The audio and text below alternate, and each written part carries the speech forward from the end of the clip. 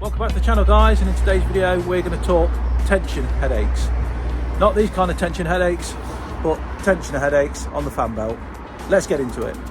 If you've got an internal combustion engine, whether you have an electric fan or you have a mechanical fan, chances are you have a fan belt, still referred to as a fan belt or an auxiliary belt, and sometimes those fan belts need to be tensioned. Now, years and years and years ago we used to do this manually, and I'll put a screenshot next to me over here giving you an idea what that looks like. So if we look across at that picture, you'll see that there's a slot in the top where the alternator is, and we just manually put tension through that slot onto the belt. And there's various devices you could buy which would actually allow you to check and make sure that you got the correct tension.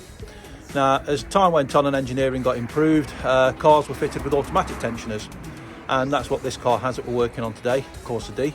Now, unfortunately, those tensioners, they work on a spring system, and over time they can seize up if they're not maintained. And on this car, we disturbed that when we did some of the recent work we've done on it. So we put it all back together again, and that tensioner's not quite putting enough tension on the belt. So first question is, how do you know if your fan belt's got the right tension on it? So that's a really good question I've just asked myself. How do we know if the fan belt has the correct tension? So the main telltale sign is going to be a high-pitched squeal noise when you start the engine. It may disappear when you drive, or it may get louder. If we don't address this problem, the fan belt could slip off, and that could get trapped in other auxiliary systems and cause problems, or it might just snap. So it's really important we get the correct tension on the belt. That means if it's an automatic tensioner, it's working correctly, or if it's a manual tensioner like on the picture we've just seen, it's set correctly. So what does a high-pitched squeal sound like? What can we expect to hear? Let's have a look.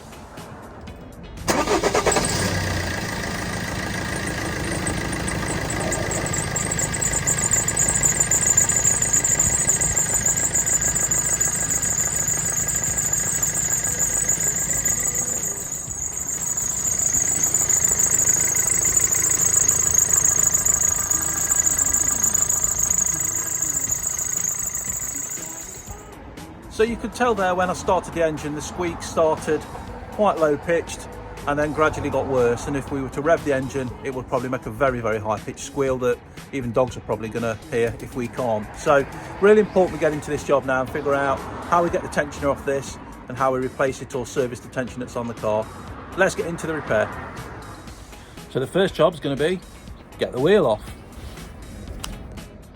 Hey, wheels off.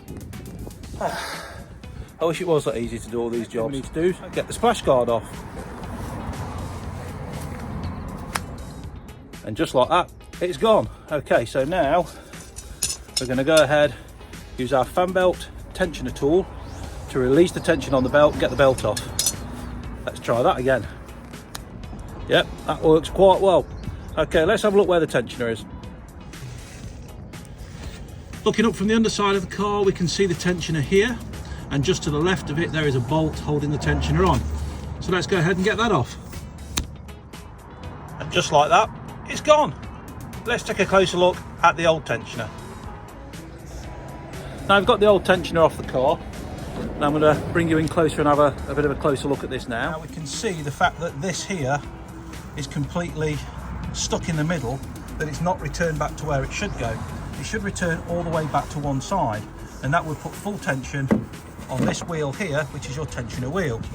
Now it locates on the engine using this lug that we can see on the back side here, and then it bolts straight into the side of the engine. Actually it's this way round like this, okay, and there is a T50 bolt which goes through there. I'll just get that and show you.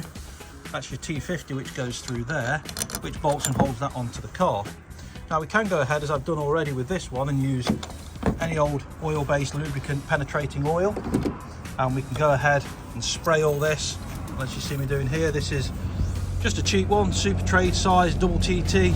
Many people would use WD-40 or similar, no brand association today, but that might work and it might free it up. You could bolt this down to something and then use your 15mm tensioning tool or socket and ratchet here, move this left and right and see if it frees up, and see if we get that pin moving back to where it should be.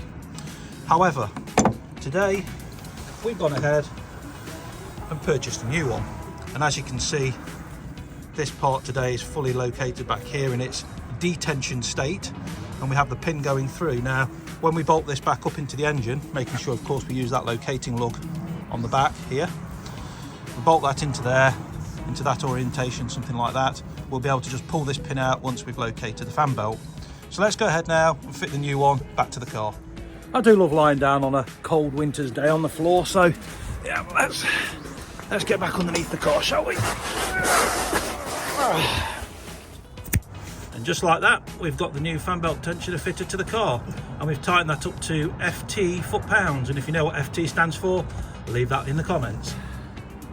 Right then, let's get this back on. And that's your fan belt tensioner on, fan belt on, under tension, job's a fish. Now let's get the rest of it done.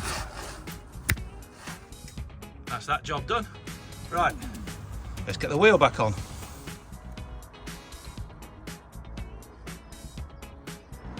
Right then, we've got the wheel on, we've got it all back together. Let's see if it starts, see if we got rid of that nasty squeak.